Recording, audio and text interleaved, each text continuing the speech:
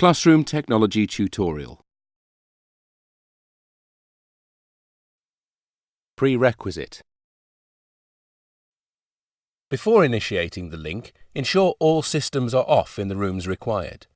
209 is the master link, with rooms 208, 210 and 223 being the slave link. If any systems are on, press the Power Off button. Once the flashing sequence completes, the system is then off. Enabling the multi-room link. From room 2.09, press and hold the Link Confirm button for 5 seconds.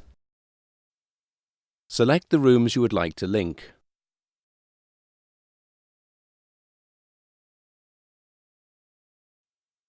Press the Link Confirm button to confirm the selection. Once the link has been initiated, you then need to turn the master system on.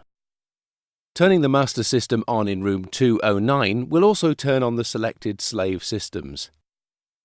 As room 209 is the master, whichever rooms are selected during the link setup will display the image from this screen. Any audio from the computer will also play in all linked rooms. A lapel microphone is available to be used when link mode is active. When used, people within the selected rooms will be able to hear the audio of the presenter.